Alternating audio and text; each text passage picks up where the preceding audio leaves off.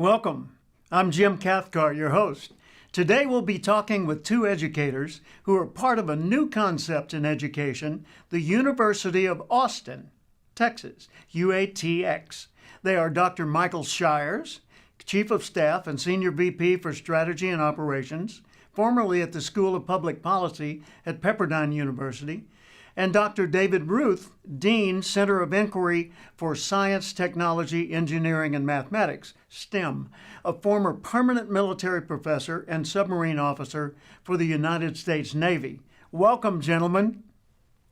There is enormous controversy in the field of education today around freedom of speech and the whole concept of woke thinking.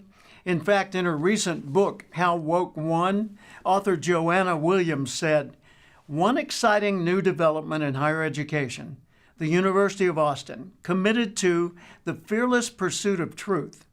This Texas-based project is upfront in its commitment to academic freedom, unfettered intellectual inquiry, and knowledge-based higher education. The university is driven by a clear analysis of what has gone wrong in higher education and a principled commitment to scholarly values. As President Canelo said, we can't wait for universities to fix themselves, so we're starting a new one. You're part of something very unique, what a colleague of mine once called a revolutionary old idea. And this is your inaugural year. But don't we have enough universities already? Tell us about UATX and why it was created. Mike? Thanks, Jim. I mean, it is interesting to think about creating another university when there's, 3 or 4,000 already out there. But the founding vision around this university really centered on the fact that it's harder and harder to talk about controversial ideas on university campuses today. That an open dialogue about complex ideas is just harder and harder to do. And as we looked at it and we thought about, well, how do we fix this? It became clear that a lot of the drivers of this are institutionally ingrained in those in the universities. And so we sat down and said, how would you build a university that fixes this, that creates the right incentives where we don't lose that opportunity to have those hard conversations? And so we realized the best way to do that was to build a model for everybody else to look at. And so we created the University of Austin. Wonderful. Well, your motto, the fearless pursuit of truth, even led to a curriculum called the Forbidden Courses. Tell us about that idea. I mean, this goes a lot to the idea that education is really about stretching how you think and understand the world. And the way you do that is to encounter ideas that you haven't already had or that you haven't already encountered. And so Forbidden Courses was literally, let's bring smart people into the room who have very different opinions on issues and have a conversation and have the students learn from it. And so that is the DNA of our institution. We really are about equipping our students to have conversations about really complex ideas, which they may or may not agree with. It's a skill that's been lost in our society increasingly today. Truly. Education instead of indoctrination. Well, your team takes pride in it being revolutionary, but you're careful to define that in the positive ways. Tell us about that, Dave, would you? Absolutely. This idea of revolution, of course, is appropriate in the sense that we are seeking to bring about a rapid transformation in an important sector, in the education sector.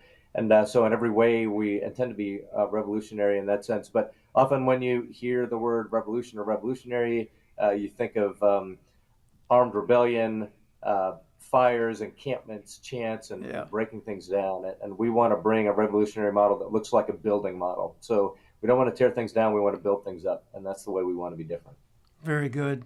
And you've got a commitment to teaching the classical education from the classics. Tell us about that. How did you come to that conclusion? Right. So we have we want to achieve a lot of things through our education program, and one of the things that's enormously important is dwelling on the great human questions and the ideas that have been developed over millennia. There are some things that don't change, and the deep human questions that have been struggled with across the centuries still are there. It's wildly important to study what's been thought about, what's been discussed, and what conclusions have been drawn so that we can move forward, as it's often said, building on the shoulders of giants. And so that approach to a classical grounding in our program, which we call Intellectual Foundations, is it's really the cornerstone upon which we build all of the other programming that we're offering to students. You're creating a graduate class of people who think. I like that. Well, Mike, the thing that parents seem to keep in mind when they're seeking a college or a university for their own kids is they want something that's going to be a credential. My child went to XYZ, right? And they also want, of course, all the practical aspects of it. How do you address that with people that haven't heard about you? It's about finding families and parents and kids who want to be challenged, who quite frankly want to grow from their educational experience. And part of that is how we designed our curriculum. So we have this classic foundation where we ask the great questions about who am I, what am I, how do I interact with my neighbors, how do we organize our society, how does information shape that? I mean, humanity hasn't changed a lot. Just the tools that humanity uses has changed a lot. And so we really embrace those questions at the core and at the foundation to help our students think, to teach our students how to have conversations, how to argue, how to weigh evidence. But then we stack on top of that a vocational part of our curriculum, a sense that, in fact, our K-12 institutions have left our students graduating without the basic skills to pick up the phone and make a phone call, or to organize a project, or to plan a project, or even to stand up for the ideas that they have and present them in front of a group. And so we have this project called the Polaris Project, which is designed to be kind of a term project, but it's for 4 years, where the student organizes their curriculum around making a contribution to the human experience. It can be artistic, it can be analytic, it can be founding a company or a nonprofit. But the idea is, how do I affect others? And the student is actually guided through the process of conception, organization, project planning, and eventually project management, presentation, and conclusion. And so it's a curriculum that's designed to give them the skills on top of the thinking abilities, the thinking skills, the abilities to flourish in the modern workplace. Wow. It's like an incubator in many ways, isn't it? Yeah. It's an incubator of character. It's an incubator of thinking. It's also about stretching, right? Encountering new things and taking chances and, God forbid, failing, right? You have to do that. Who was it? John Ruskin said, failure is the practice necessary for success. Yes.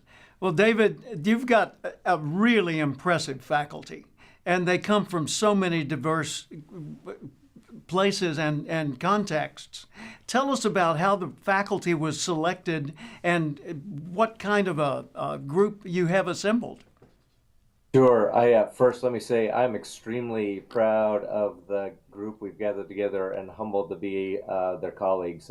It's an amazing place to work because of this faculty and these students. So in short, we had quite a challenge to bring faculty here. We had some administrators, and that was about it. And normally when you hire faculty, you invite people in, they get to visit faculty members, they get to visit students. We didn't have any of those things. And so we had to come up with some novel ways to bring folks in. We brought them actually in groups. We had faculty come in who were competing for different jobs so they could look side to side and say, these are the types of people that are interested. Mm-hmm. And routinely, I would have highly technical people write me back afterward and said, wow, you brought some brilliant people down for those interviews. I can't imagine getting a job down there. So, that so many educators, they want to educate, they want to be involved, and some of them are willing to take the risk to come to a new thing. And so we essentially got a huge swath of people who are keen to educate and are open to take some risks to make education better.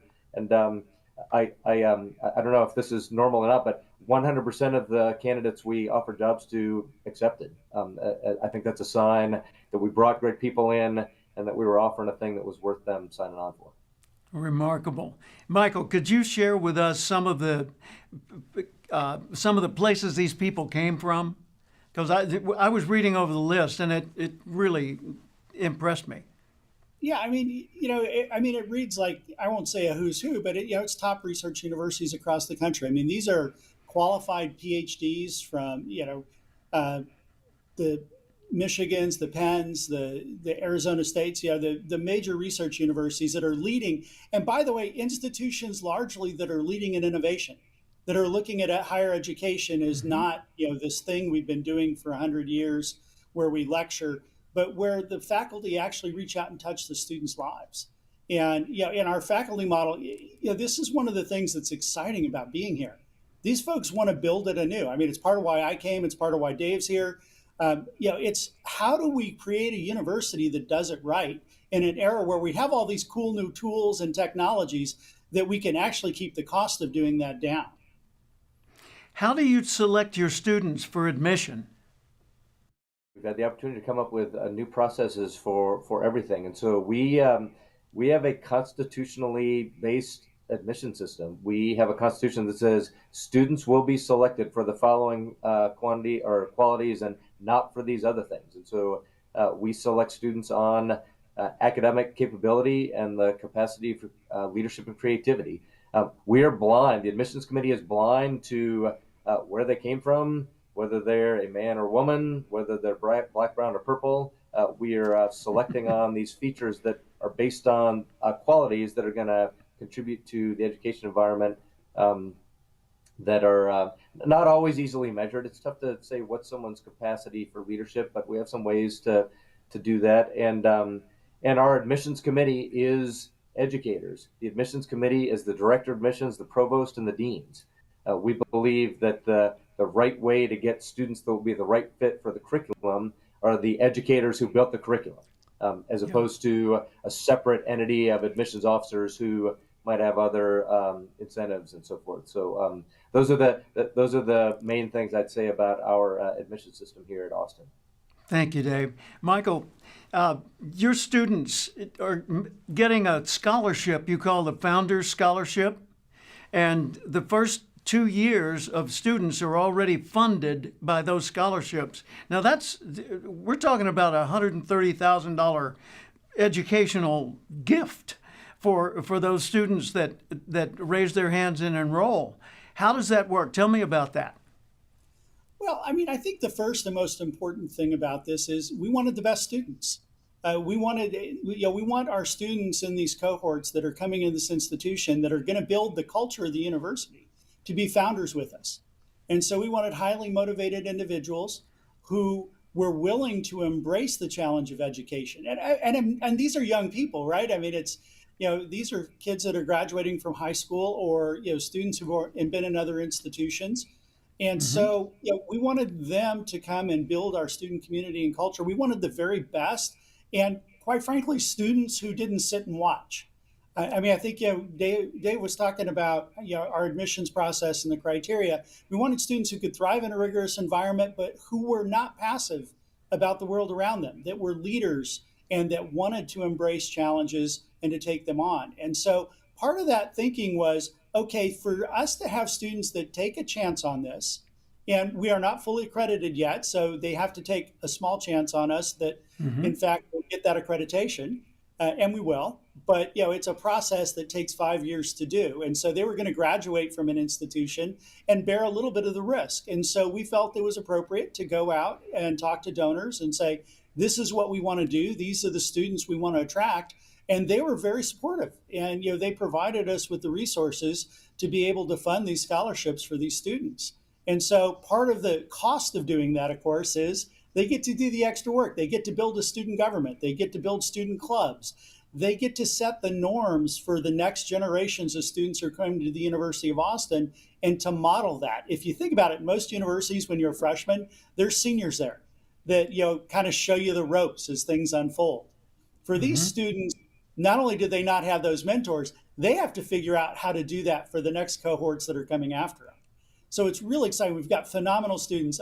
One of my favorite things is to walk down past our classrooms, and the walls are actually glass, and to look in. And what you see in the classrooms are students sitting around talking to the professor, and the professors. And every time I walk down the hallway, at least 3 of the 4 classrooms that are going on, the professors just have giant grins on their face. They're just so much fun to teach these students. Outstanding. Well, David, tell us about the culture. It's been very intentional how you've created the culture, and the meeting at the state capitol. There's been some profound experiences. Tell us about that, please. Yeah, great. We talked a lot about culture as we were preparing to bring in faculty and students. There are several different dimensions of that. Let me just briefly say that we harp on this notion that students and faculty, all of us here, ought to have this attitude that involves grace, grit, and gratitude. We believe that there's some intellectual humility that ought to be involved in the way we encounter other people. Just convincing people in a learning environment that they should enter a conversation, one, believing they might be wrong, and even if they're right, they probably have something to learn from the other side. So just it seems simple, but we harp on that and instill that. And then we also have these young people are not wilting lilies. They are pioneers and they're builders. So there's this combination of humility, thankfulness, stick it out, and have a boatload of grace, and yet be on fire to pioneer and build. So those are kind of I think the key elements of our culture. And then you mentioned the meeting that we had on the Capitol. That was such a phenomenal way to kick off the faculty and the students all being together on the very first day of our orientation week for the students. Governor Abbott was gracious to host the faculty and the students in the rotunda of the Capitol building. He met with us there. He spoke with us. He essentially endorsed this great project and just got us inspired that we were doing a thing that had importance beyond just our corner of 6th and Congress. And then we processed down to the Royal Sonesta Hotel. We had a convocation ceremony where every student walked through. They signed their name in a register that was heretofore blank, and they put their names in as the first class. And this register, we believe 100 years from now, is going to be full of amazing names. And we faculty got to bear witness to the students committing to entering this program. It was really an amazing experience. That'll be a great source of pride for them as well. Michael, the phrases that stick with me are dare to think, intellectual humility that David just mentioned, true intellectual diversity, and forming the habit of civil discourse. Would you take a couple of those and just expand on it, particularly true intellectual diversity and the habits of civil discourse? I mean, this touches a little bit on what Dave was talking about. It's about intellectual humility. I mean, our motto, our tagline is the fearless pursuit of truth, and everybody always goes to truth is the important word in that sentence. It's not, it's the pursuit of that's the important word in that sentence. And one of the concepts of this institution from day one was that we would be partners with the students, that we are on a journey together to find truth, and that our students are beside the faculty, they're beside the administrators, beside all of us. And we are building an institution that is constantly reinventing, re-engaging the world around us. And I mean, Austin is the perfect place to do this because it is today's center of innovation in the United States. It's an environment where literally you go to the coffee shop or the diner, and it used to be in LA, it was every waiter was an actor. In Austin, every single person that you talk to is an entrepreneur, and they have their project. And it is the culture not only of this institution, but it's the culture of the place. And we're kind of absorbing it from that. And so, as we think about an educational model in that environment, it's about engaging ideas. And technology has really transformed how those ideas impact our lives. There's no doubt about that. I mean, social media and smartphones have really transformed our society in interesting, sometimes challenging ways.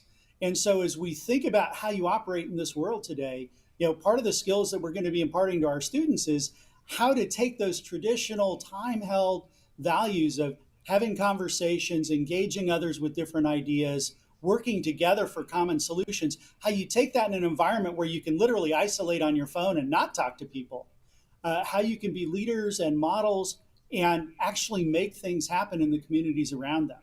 And so we've kind of engaged this open discourse and the technology and the environment that we're in to really try and build a process where our students can be the leaders that we need for the next 40 years of American history.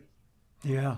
And you say, your university says, changing our minds is a sign of strength and maturity, not of weakness.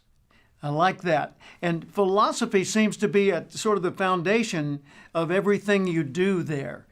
David, could you elaborate on that for us? How does philosophy fit into all of this? Yeah, so I spoke a little earlier about this, the great human questions and how you Hmm. think through these important ideas to build. But there's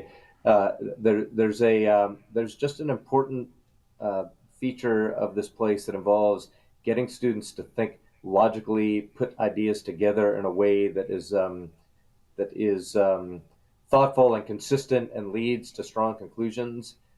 This idea of changing minds is a sign of strength and maturity. You could argue that it's easy to change the mind of an ignorant person or a person who is just a pushover. But when we talk about that, we think that students ought to have very strongly held um, positions, but based on rationality, reason, and evidence. And so you need to be open to the fact that someone else has a better argument or stronger evidence, and that it's a sign of strength to say, I concede that that argument and that evidence trumps my position because Hmm. it's not about me being smart or the best. It's about pursuing truth and agreeing to some of the rules that we pursue truth by. And that goes back to the statement you made earlier, intellectual humility. I feel strongly, but I could be wrong. Well, Michael, could you tell us what your graduates are going to be like, or what you hope they're going to be like? I think they're going to be the next generation of innovators. I think that as we look at society, one of the challenges we have is everybody's following. Everybody's kind of sitting around. Oh, here's the coolest trend. Going viral and being a social media influencer are kind of two new job descriptions for our society, and it really reflects this idea that I want to be an innovator and a leader, but I don't know how. And I think our students will be serious and be able to figure out how to innovate on the important questions that are facing our society, how our communities organize, how we meet the needs of the unfortunate, how we create safety for everyone, how we educate the next generation. And our students, I think one of the things that comes from being able to think critically and to understand multiple perspectives and not assign evil or goodness to individuals on the basis of those ideas, but instead to weigh the ideas for themselves, is that you're able to navigate the complexities and the trade offs that life brings. I mean, public safety and freedom are often in conflict with each other. How do you balance those two things? I think our students are going to be the individuals who can help lead a conversation when other people are still following this latest TikTok trend. So your students are going to end up being much more confident than a typical student because from the beginning all the way through, they've been encouraged to challenge what they're learning. They've been encouraged to interact with each other and to be open to new ideas. I like that very much. Thank you. Well, gentlemen, we have about 2 minutes left today. Is there anything else that we might have missed that you'd like to add? David, let's start with you. Yeah, thanks. As Mike was talking, I'm so excited about our students. Our students are going to go out and do amazing things, and I can't wait to see what they're going to do. And Mike was speaking to a particular idea. These students have amazing agency. They're not looking for you to say what boxes do I need to check and what's the pathway to get me to this position. They're going to blaze a trail. They're eager to make a difference. They want to put their good ideas to work. They don't just want to think; they also want to do. And I want to mention we had a team. We just developed a partnership with a research company to help us build some of our STEM curriculum, and we brought the team in for them to see. They basically said, "Well, we want to meet the students where they are," and they were thinking that they would have to sort of come down to wherever the students were, and they left that week saying, we're not going to be able to keep up with your students. We had no idea how self-motivated, how intense these kids are, these young men and women are, and how much they're going to stretch us as your partners. So that's a little bit of a picture of the type of students that we're going to be launching and unleashing on the world in 3.5 years. Outstanding. Michael, any last thought? We've just got about 30 seconds left. The University of Austin, it was a concept 3 years ago that we brought to reality. And the reality is so much more exciting than the concept we ever imagined the concept would be. The students here are phenomenal. The conversations, the energy, the drive. Every day we're challenged as administrators, as faculty, to keep up with the students, to keep up with the opportunity that's in front of us. And it's a truly remarkable opportunity. We also have outside, I should mention this, a large group of donors who've made this possible. And so, I mean, the teamwork and the effort, basically, America needs to rediscover what higher education can bring to it. And our hope at the University of Austin is that we provide a prototype for what that looks like, and that we can be the first of a long series of institutions that restore the promise of higher education to the American society. Well, thank you, gentlemen. As many of the approaches may fall short, the search for new and old ways to produce more capable young adults is never ending. The University of Austin certainly has shown us a fresh way with a fully committed team of experts. We think UATX has been gracious, and we thank you for being our guest today and sharing these ideas with us. Join us again and often at Perspectives Matter for more insights as we continue talking about things that matter with people who care.